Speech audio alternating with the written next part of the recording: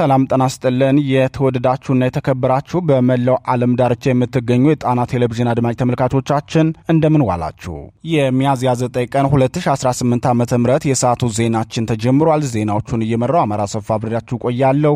በቅድሚያም የሰዓቱን ዜናዎቻችንን ርዕሶቹን በማስቀደም እናስደምጣችኋለን። ብልጽግና በጋይንትና በሰቆጣ ብርቱ ምት ተመቷል።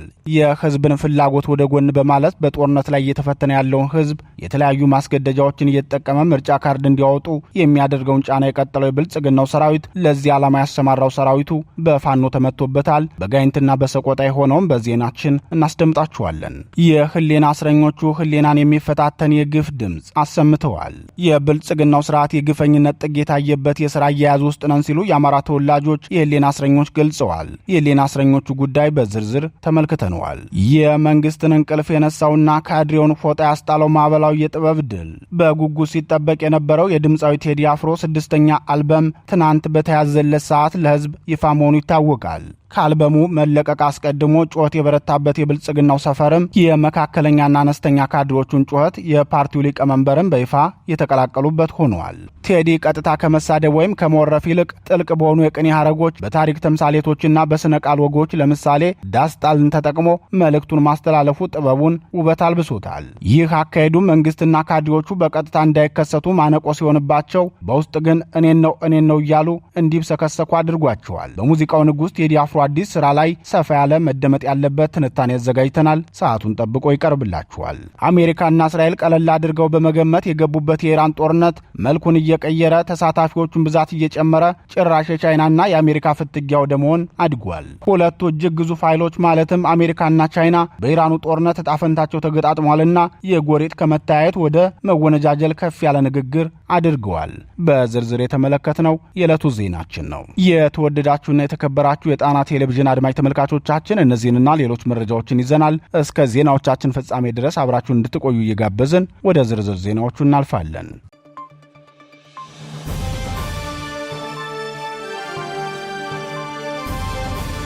ብልጽግና በጋይንትና በሰቆጣ ብርቱ ምት ተመታ። የዘር ማጥፋት ጦርነት የተከፈተበት የአማራ ህዝብ አሁን ያለንበት ሁኔታ ምርጫ ለማካሄድ የምንችልበት ሳይሆን የህልውና አደጋ ላይ ስለሆን ከምርጫው በፊት የተኩስ አቁም ስምምነት ይደረግ ብሎ አቋሙን በሰልፍ መግለጹ ይታወሳል። ሆኖም ይህንን የህዝብ ፍላጎት ወደ ጎን በማለት በጦርነት ላይ እየተፈተነ ያለውን ህዝብ የተለያዩ ማስገደጃዎችን እየተጠቀመ ምርጫ ካርድ እንዲያወጡ የሚያደርገውን ጫና የቀጠለው የብልጽግናው ሰራዊት ለዚህ ዓላማ ያሰማራው ሰራዊቱ በፋኖ ተመቶ ቀርቷል። ምርጫ መምረጥ አልፈልግም ቅድሚያ እስቲ ሰላም ስጡኝ ብሎ የጠየቀውን ህዝብ በማዳበሪያ ክልከላና በመታወቂያ መንጠቅ አስገድዶ ለምርጫ ምዝገባ የተሰማራው የብልጽግና ሰራዊት በጋይንትና በሰቆጣ ብርቱ ምት ደርሶበታል። በጎንደር ጠቅላይ ግዛት ጋይንት አውራጃ በዛሬው ዕለት ከነፋስ መውጫ ከተማ ወደ ሳሌ የገባው የብልጽግናው ሰራዊት የባዲን አመራሮችን ጨምሮ በርካታ ኃይሉ ተመቶበት መበተኑን የአማራ ፋኖ ብሔራዊ ንቅናቄ ጎንደር ጠቅላይ ግዛት በላይ ዘለቀዝ 206ኛ ከፍ ያለው ደሴ ኮር ህዝብ ግንኙነት ክፍል አስታውቋል። የኮሩ ህዝብ ግንኙነት ክፍል አክሎም ህዝባችን መጋቢት 4 2018 ዓ.ም ሰላም ሳይኖር ምርጫ ሊኖር አይችልም፣ ጦርነትና ምርጫ አብረው አይሄዱም በማለት ህዝባዊ ሰልፍ ማድረጉ የሚታወቅ ነው።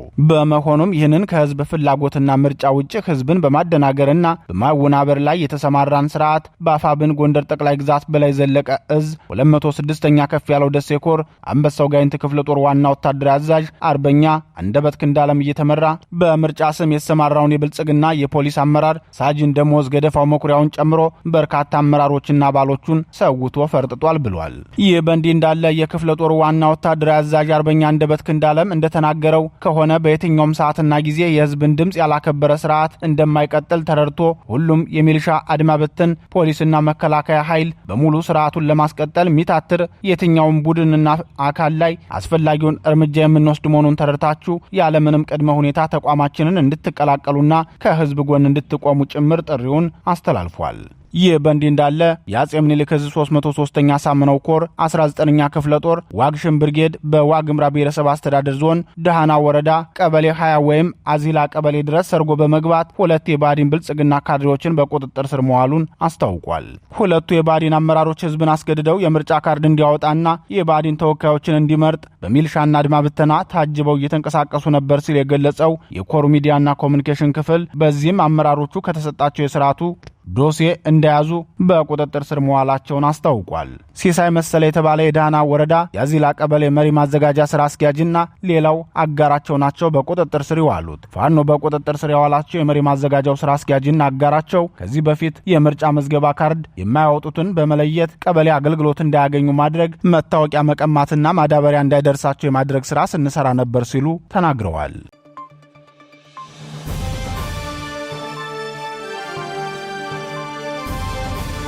የመንግስትን እንቅልፍ የነሳውና ካድሬውን ፎጣ ያስጣለው ማዕበላዊ የጥበብ ድል። በጉጉት ሲጠበቅ የነበረው የድምፃዊ ቴዲ አፍሮ 6ኛ አልበም ትናንት በተያዘለት ሰዓት ለህዝብ ይፋ መሆኑ ይታወቃል። ከአልበሙ መለቀቅ አስቀድሞ ጩኸት የበረታበት የብልጽግናው ሰፈርም የመካከለኛና አነስተኛ ካድሬዎቹን ጩኸት የፓርቲው ሊቀመንበርም በይፋ የተቀላቀሉበት ሆኗል። ሆኖም ይህ የቴዲ አፍሮ ኢቶሪክ አልበም በርካቶች በከፍተኛ ጉጉት ሲጠብቁት ከቆዩ በኋላ ይፋ ሲደረግ በዓለም የሙዚቃ ኢንዱስትሪ በሁለተኛ ደረጃ የተቀመጠ የአድማጭ ብዛት አግኝተዋል።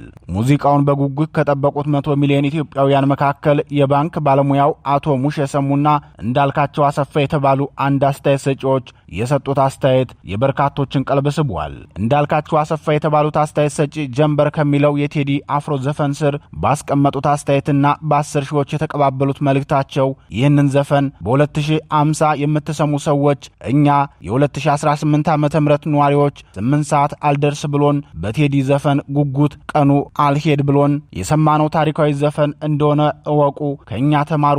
ዘረኝነትና ብሔርተኝነት እኛን ሰላም አሳጥቶን የነበረ ነገር ነው። ፍቅር ከናንተ ጋር ይሁን፣ ኢትዮጵያን ውደዱ፣ ፍቅር ያሸንፋል ሲሉ ነበር የገለጹት። የባንክ ባለሙያው አቶ ሙሼ ሰሙ በበኩላቸው የቴዲ አፍሮን ኢቶሪክ አልበም እስከማዳምጥ ድረስ አስተያየት መስጠት ተገቢ መስሎ ስላልተሰማኝ ተቆጥቤ ነበር። የቴዲ ሙዚቃ ከደረጃው በታች ይሆናል ወይም ምክንያታዊነት ይጎድለዋል የሚል ጥርጣሬ አልነበረኝም። በተለይ አልበሙ ከመለቀቁና ከመደመጡ በፊት በስራው ይዘትና ቅርጽ ወይም በመልእክቱ ጥልቀትና ጥራት ላይ ሳይሆን በግለሰቡ በቴዲ ስብና ላይ የተካሄደው መጠነ ሰፊ ስም ማጥፋት፣ ማጥላላትና ማዋከብ አሳዛኝ፣ አሳፋሪና ከደረጃ በታች ስለነበር ለመደገፍም ለመንቀፍም ማዳመጥ ግድ ብሎኝ ነበር። አይነጋ የለም እንዲሉ ይህ ሁሉ ለምን አስፈለገ በሚል ሙዚቃው እስኪለቀቅ ድረስ ትዕግስት ካጡት አንዱ ነበርኩ። ከትናንት 8 ሰዓት ጀምሮ ሙዚቃዎቹን ደጋግሜ አዳመጡ። ቴዲ እውነትም ይችላል። 6 ሙሉ አልበም ያለማቋረጥ በስኬት ማጠናቀቅ ከተአምር የማይተናነስ ስብናን የሚጠይቅ ነው። ኢቶሪካ በግጥምም በሙዚቃ ቅንብርም በመልእክቱም አነቃቂነትና በጥቅሉ ሁለገብና አስደማሚ ስራ ነው። ጥበብንና ሙዚቃን ለሚወዱና ለሚያደንቁ ምርጥ ስራ ይዞ ስለቀረበ ያጣጥሙ። መማር ለሚፈልጉ ምርጥ መልእክት የታጨቀበት ስለሆነ ከመልእክቱ ይቋደሱ። በተረፈ ብራቮ ቴዲ አፍሮ፣ ለዘመናት የምናጣጥመውን የሙዚቃ ስንቅ ሰንቀናል፣ ምስጋናችን የላቀ ነው ሲሉ በረጅሙ ሐሳባቸውን ገልጸዋል። ልክ እንደ አቶ ሙሼ ሰሙና አቶ እንዳልካቸው ሁሉ የብዙዎቻችንን ትዕግስት የቴዲ አፍሮ ኢቶሪካ አልበም እስኪወጣ ድረስ በጉጉት ተፈትኖ ነበር። አልበሙ ሲለቀቅ የጥበብ አፍቃሪው በደስታ ሲዋጥ፣ የብልጽግናው ሰፈር ነዋሪዎች ግን በድንጋጤ ታመሱ። በተለይ የብልጽግና ምንደኛ አክቲቪስቶች የቴዲን ስራ ለማብጠልጠል ቢሞክሩም እውነቱን መሸሸግ ግን አልቻሉም። በስም የሚታወቁ አክቲቪስቶቻቸው ሙሉን ሰማሁት፣ እጅግ ምርጥ ዘፈኖች የታጨቁበት ነው ብለው ለመመስከር ተገደዋል። ዳስጣል በሚለው ዘፈን ቴዲ የዘር ፖለቲካን ኮንኖ ኢትዮጵያዊነት ላይ የተቃጣውን አደጋ ማሳየቱን ቢናዘዙም በውስጣቸው የፈጠረውን ንዝረት ግን መደበቅ አልቻሉም። ይህ አልበም ያላስበረገገው ሹመኛ ያላሳቀቀው የብልጽግና ገጽታ ጠባቂ አልነበረም። የብልጽግናው ሊቀመንበር ሳይቀሩ በቴዲ አልበም እንቅልፍ አጥተው ትናንት አሰላ ላይ ተገኝተው ለሳምንት አጀንዳ ጩኸት አንደነግጥም ሲሉ መደመጣቸው የጥበቡ ኃይል መንበራቸውን እንዴት እንዳናወጠው ማሳያ ነው። ቴዲ በዚህ አልበም በተለይም ዳስጣል በተሰኘው ስራው የብልጽግናን ካድሬ ፎጣ ነው ያስጣለው ሲሉ የሚናገሩት አስተያየት ሰጪዎች አዲስ አበባ የኔ ብቻ ነው እያለ በኮሪደር ልማስም ታሪካዊ ሰፈሮችን እያፈረሰ ህዝብን የመበተን ስራ ለሰራው የብልጽግናው ስርዓት ቴዲ የሰጠው ምላሽ የህዝብን ድምፅ ያሳየበት ነበር ሲሉ ተናግረዋል። ቴዲ በዚሁ ስራው አዲስ አበባ አዶ ሸገሩ እንኳን ሸገሩ የሁሉ አይደሎይ ሞላው ሀገሩ በፍቅር ጠርተው ከዳር እስከ ዳር መሃል ገቡና አቆሙን ከዳር ሲል የገለጸው መልእክቱ የሥርዓቱን ነውረኝነት በሚገባ ያመላከተ ነው። በዚህ አስገራሚ ስንኝ የብልጽግናው ሊቀመንበር ኢትዮጵያ ኢትዮጵያ እያሉ የሀገሪቱን ሕዝብ ከዳር ዳር አሰልፈው 4 ኪሎ ከገቡ በኋላ ሀገርና ሕዝብ ላይ እንዴት እንደቀለዱበት ቴዲ በብዕሩ አጋልጧቸዋል፣ በዜማው ኮንኗቸዋል። ኢትዮጵያ በብዙ ደመና አጥንት ዋጋ የተከፈለባት ጀግኖች ነፍሳቸውን የገበሩላት መሆኗን አበክሮ በማስታወስ የዛሬዎቹ ገዢዎች ኢትዮጵያዊነትን እንዴት እየገፉት እንዳለ ቆስላችንን ነክቶታል ሲሉ የሚናገሩት አስተያየት ሰጪዎች ጀግኖች በአንድነት ባቆዩት ሀገር እንዴት ይገፋ ኢትዮጵያዊነት ወይድ አትንገረኝ ማንነቴን በሚለው ኃይለኛ መልእክቱም ወጣቱ ትውልድ ለማንነቱና ለሀገሩ ዝም እንዳይል ዝምታ ለበግም አልበጃትም በማለት መብቱን እንዲያስከብር ታሪካዊ ጥሪ አቅርቧል። በዚህ መሃል ሌላው የታዘብነው አስገራሚ ትዕይንት ትላንት ቴዲ የድሮው ንጉሳውያን ስርዓት ወዳጅ ነው እያለ ኮንሰርቱን ሲያሰርዝ ስፖንሰሮችን ሲያስፈራራና በበደሌ ቢራ ላይ ማዕቀብ ሲያስጥል የነበረው ጁዋር መሐመድ ዛሬ አሰላለፉንና ጭምብሉን ቀይሮ ብቅ ማለቱ ነው። ይህ የፖለቲካው ገበያ ግልብጥብጥ ምን ያህል አስቂኝ እንደሆነ ትዝብቱን ለአድማጮቻችን ትተነዋል። የህወሓት ደጋፊዎችና አባላትም የፖለቲካ ካባ ቀየራቸው ሌላው የትዝብት በር የከፈተ ነው። በተረፈ መግለጫው ያጨናነቃችሁ፣ እንቅልፍ የነሳችሁ፣ የምትይዙትና የምትጨብጡትን ያሳጣችሁ፣ ንዋይ ሐሳባችሁን ገዝቶ በደልን እየዋጣችሁ ስታጨበጭቡ የነበራችሁ የብልጽግና ደጋፊዎችና ካድሬዎች ከፕሬዝዳንታችሁ ጭምር የቴዲን አልበም ለመስማት ትላንት 8 ሰዓት ላይ ተሰልፋችሁ መጠበቃችሁ ሳያንስ ዛሬ በዳስጣል ሙዚቃ ሆጣችሁን ጥላችሁ የፖለቲካ አንግሉን ገልብጣችሁ ለማቅረብ የምትፍጨረጨሩበትን መንገድ ሳናደንቅ አናልፍም። እውነትም ቴዲ የዘመናችን የጥበብ ንጉሥ ነው። ሀገርን በሙዚቃ ሲያነቃ ካድሬን በግጥም ያራቁታል። በአጠቃላይ የፖለቲካ ካድሬዎች አጀንዳ የዕለት ተዕለትና እንደ ነፋስ አቅጣጫ ተለዋጭ ሲሆን የቴዲ ስራዎች ግን ትውልድ ተሻጋሪ ናቸው። ኢትዮሪካን ልዩ የሚያደርገው ጊዜያዊ የፖለቲካ ትኩሳትን ብቻ ሳይሆን ዘላቂ የሆነውን የኢትዮጵያዊነትን እሴት የፍቅርን፣ የአብሮነትንና የታሪክን መሰረት አድርጎ መነሳቱ ነው። ፖለቲከኞች አጀንዳ ሲቀይሩ የቴዲ ስራ ግን ለዘመናት በህዝብ ልብ ውስጥ ማስተጋባቱን ይቀጥላል። ከያስተስሪያል እስከ ኢትዮሪካ የተዘረጋው የድፍረት ድልድይ ደግሞ ሌላው ትኩረትን የሚስብ ጉዳይ ሆኗል። ቴዲ አፍሮ ሁሌም በአገሪቱ የሽግግር የፈተናና የፖለቲካ ውጥረት ጊዜያት ውስጥ የህዝብን የልብ ትርታ በማዳመጥና በድፍረት በመናገር ይታወቃል። ያስተስሪያል፣ ጥቁር ሰውና ኢትዮጵያ አልበሞች በወጡበት ዘመን የነበራቸውን ታሪካዊ ሚና ስንመለከት ኢትዮሪካም የዚያው የጥበብ ጀግንነት ቀጣይ ምዕራፍ ነው። ብዙዎች በስጋትና በፍርሃት ዝምታን በመረጡበት ወቅት እሱ በጥበብ ጋሻነት እውነቱን አደባባይ ማውጣቱ የህዝቡን የታመቀ ስሜት እንዲፈነዳ አድርጎታል። አልበሙን ለመተቸት የፖለቲካ ትርጉም ለመስጠት ወይም ለማጣጣል የሚፈልጉ ወገኖች ሳይቀሩ ስራውን ደጋግመው ለማዳመጥ መገደዳቸው የቴዲን የሙዚቃ አቅም ወይም የዜማ የቅንብርና የድምፅ ብቃት ጉልበት ያሳያል። እውነተኛ ጥበብ የጠሉትን እንኳን አስገድዶ የማስደነስ የዘጉትን ጆሮ በኃይል በርግዶ የመግባት አቅም እንዳለው ኢትዮሪካ ሕያው ምስክር ሆኗል። ቴዲ ቀጥታ ከመሳደብ ወይም ከመወረፍ ይልቅ ጥልቅ በሆኑ የቅኔ ሐረጎች፣ በታሪክ ተምሳሌቶችና በስነ ቃል ወጎች ለምሳሌ ዳስጣል ተጠቅሞ መልእክቱን ማስተላለፉ ጥበቡን ውበት አልብሶታል። ይህ አካሄድ መንግስትና ካድሬዎቹ በቀጥታ እንዳይከሰቱ ማነቆ ሲሆንባቸው፣ በውስጥ ግን እኔን ነው እያሉ እንዲብሰከሰኩ አድርጓቸዋል።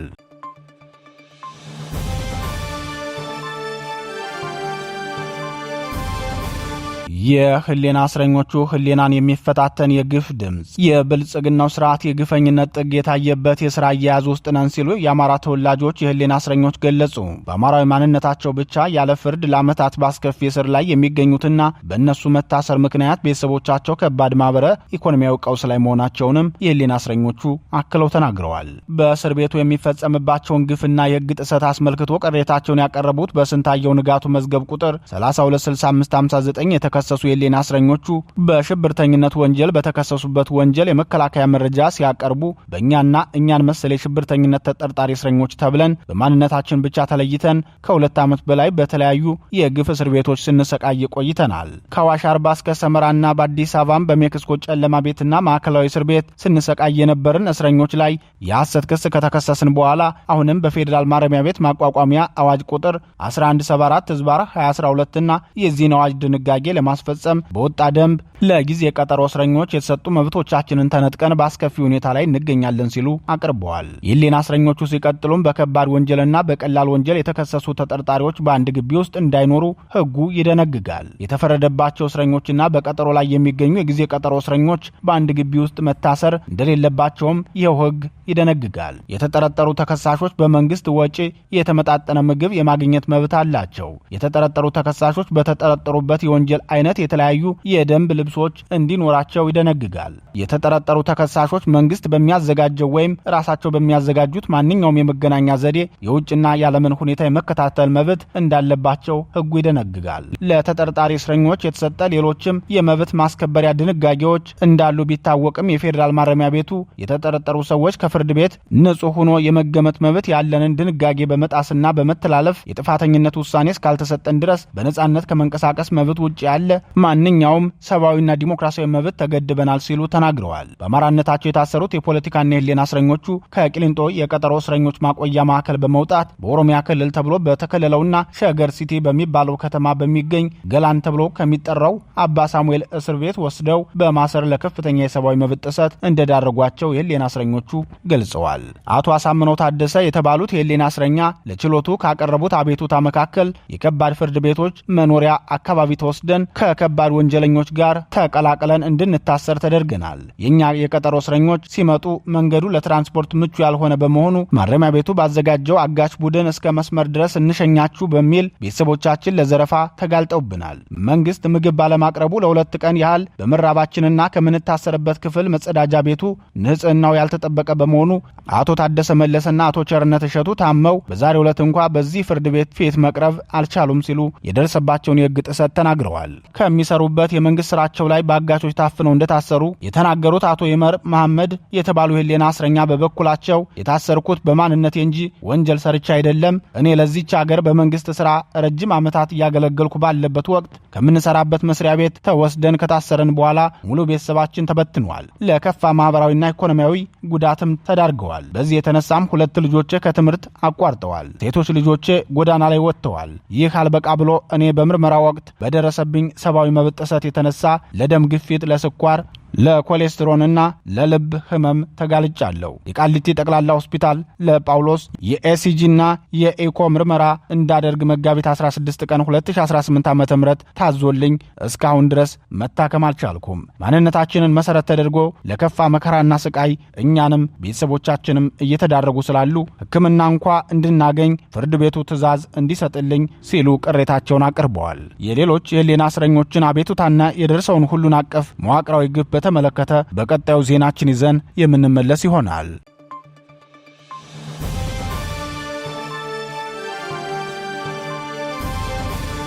የሶስቱ ቀስተኞች ልዩ ገጽ አሜሪካና እስራኤል ቀለል አድርገው በመገመት የገቡበት የኢራን ጦርነት መልኩን እየቀያየረ የተሳታፊዎችን ብዛት እየጨመረ ጭራሽ የቻይናና አሜሪካ ፍትጊያው ደሞን አድጓል። ሁለቱ እጅግ ግዙፍ ኃይሎች ማለትም አሜሪካና ቻይና በኢራኑ ጦርነት ዕጣ ፈንታቸው ተገጣጥሟልና የጎሪጥ ከመታየት ወደ መወነጃጀል ከፍ ያለ ንግግር አድርገዋል።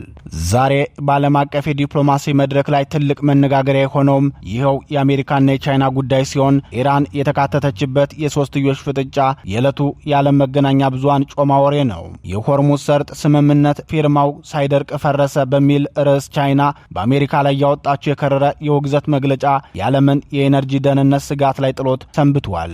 የዓለም ኢኮኖሚ የደም ስር በሆነው የሆርሙዝ ሰርጥ ዙሪያ የአያላኑ ፉክክር ወደ አዲስ ምዕራፍ የተሸጋገረ ሲሆን የችግሩ መነሻ የትራምፕ አስተዳደር በኢራን የነዳጅ ንግድ ላይ የወሰደው የባህር ኃይል እገዳና በቻይና የፋይናንስ ተቋማት ላይ የሰነዘረው የማዕቀብ ዛቻ ነው። የዩናይትድ ስቴትስ የግምጃ ቤት ሚኒስትር ስኮት ቤሴንት ሮብለት በሰጡት መግለጫ ዋሽንግተን ለሁለት ታላላቅ የቻይና ባንኮች ማስጠንቀቂያ አዘል ደብዳቤ መላኳን አረጋግጠዋል። ሚኒስትሩ እርምጃውን ሲያብራሩም በእነዚህ ባንኮች ሂሳብ ውስጥ የኢራን ገንዘብ ዝውውር መኖሩን ካረጋገጠን ምንም ማቅማማት ሳይኖር ሁለተኛ ደረጃ ማዕቀብ ለመጣል እንገደዳለን ሲሉ አስጠንቅቀዋል። እንደ አሜሪካ የስለላ ድርጅት ሲአይኤ መረጃ ቻይና ከ90 በመቶ በላይ የሚሆነውን የኢራን ነዳጅ ዘይት የምትገዛ ሲሆን ይህ አቅርቦት ደግሞ የቻይናን አጠቃላይ የኃይል ፍላጎት 18 በመቶ ያህል ይሸፍናል። ከ1.4 ቢሊዮን በላይ ህዝብ ላላትና የነዳጅ ፍጆታውም እጅግ ከፍተኛ ለሆነችው ቻይና 18 በመቶ ድርሻ መያዝ ማለት የአፍሪካን ፍጆታ ሙሉ በሙሉ የመያዝ ያህል እንደሆነ ታሳቢ ሊደረግበት ይገባል። ዋሽንግተን ይህን የቻይና ግዢ ማቋረጥ የኢራንን የገቢ ምንጭ ለማድረቅና ወታደራዊ አቅሟን ለማዳከም ወሳኝ መሆኑን ታምናለች። ቻይና ደግሞ በዚህ የአሜሪካ ውሳኔ ተንበርካኪ አለመሆኗን ሺጂንፒንግ ፈርጠም ብለው ተናግረዋል። ቤጂንግ ለዚህ የአሜሪካ ዛቻ የሰጠችው ምላሽ እጅግ የከረረ ነበር። የቻይና የውጭ ጉዳይ ሚኒስትር ቃል አቀባይ ጉዎ ጂያኩን ሐሙስ ዕለት ቤጂንግ ላይ በሰጡት መደበኛ መግለጫቸው የአሜሪካን እርምጃ ህገወጥ ሲሉ የገለጹ ሲሆን ሀገራቸው ቻይና ማዕቀቡ ከተባበሩት መንግስታት የጸጥታው ምክር ቤት ፈቃድ ውጭ የተወሰነና የዓለም አቀፍ ህግን የጣሰ የአንድ ወገን እርምጃ ነው በማለት በጽኑ አውግዘዋለች። የቻይና መንግስት ህጋዊ የሆነውን የነዳጅ ንግዷን ለማስተጓጎል የሚደረግ ማንኛውንም ጥረት እንደማትታገስና የብሔራዊ ኢኮኖሚ ጥቅሟን ለማስጠበቅ አስፈላጊውን እርምጃ እንደምትወስድ አሳውቃለች። ይህ አዲስ የዲፕሎማሲ ፍጥጫ የፈነዳው ባለፈው የመጋቢት 28 በፓኪስታን አደራዳሪነት በዋሽንግተንና በቴህራን መካከል የተካሄደው ያልተለመደ ቀጥተኛ የጀርባ ውይይት ሳይሳካ መቅረቱን ተከትሎ ነው። አሜሪካ የቀጠናውን ጦርነትና ውጥረት ለማስቆም ያቀረበችው የድርድር ሐሳብ ከስምምነት ላይ መድረስ ባለመቻሉ አሜሪካ በኢራን ወደቦች ላይ የባህር ኃይል እገዳ ጥላለች።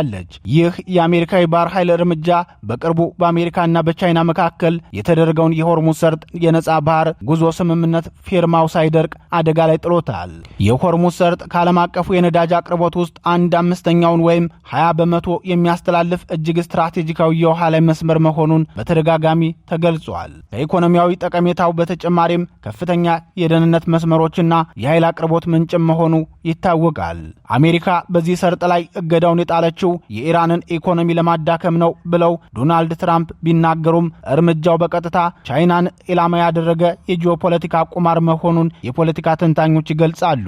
ይህ ውጥረት በእገዳው ምክንያት የነዳጅ አቅርቦት ከተስተጓጎለ በዓለም አቀፍ የነዳጅ ገበያ ላይ አሁን ካለውም በከፋ መልኩ ከፍተኛ የዋጋ መናር ሊያስከትል ይችላል። በተጨማሪም የጋራ ጠላት የሆነችውን አሜሪካን ለመመከት ቻይናና ኢራን ያላቸውን የሁሉን አቀፍ ስትራቴጂካዊ አጋርነት ወታደራዊና ኢኮኖሚያዊ ትብብር ይበልጥ እንዲያጠናክሩ ሊገፋፋቸው ይችላል። ይህ ብቻ አይደለም። የአሜሪካን የፋይናንስ ማዕቀብ ለማምለጥ የብሪክስ አባል የሆኑት ቻይናና ኢራን የነዳጅ ግብይታቸውን በዶላር ፈንታ በቻይናው ዩዋን ወይም በሌሎች አማራጭ ገንዘቦች የማድረግ ፍጥነታቸውን እንዲጨምሩት ያደርጋል። ይህ በዓለም ኢኮኖሚ በነዳጅ አቅርቦትና በሀያላኑ የኃይል ሚዛን ላይ ትልቅ ጥላ ሊያጠላ የሚችለው የአሜሪካ የቻይናና የኢራን ውጥረት በቀጣይ ቀናት ምን መልክ ሊይዝ እንደሚችል የምናየው ይሆናል። እስካሁን የተመለከትነው ግን ውሃ ቅዳ ውሃ መልስ የሆነ የልጆች ጨዋታ የሚመስል የመሪዎችን ድክመት ያሳየ መሆኑን የፖለቲካ ተንታኞች ይናገራሉ።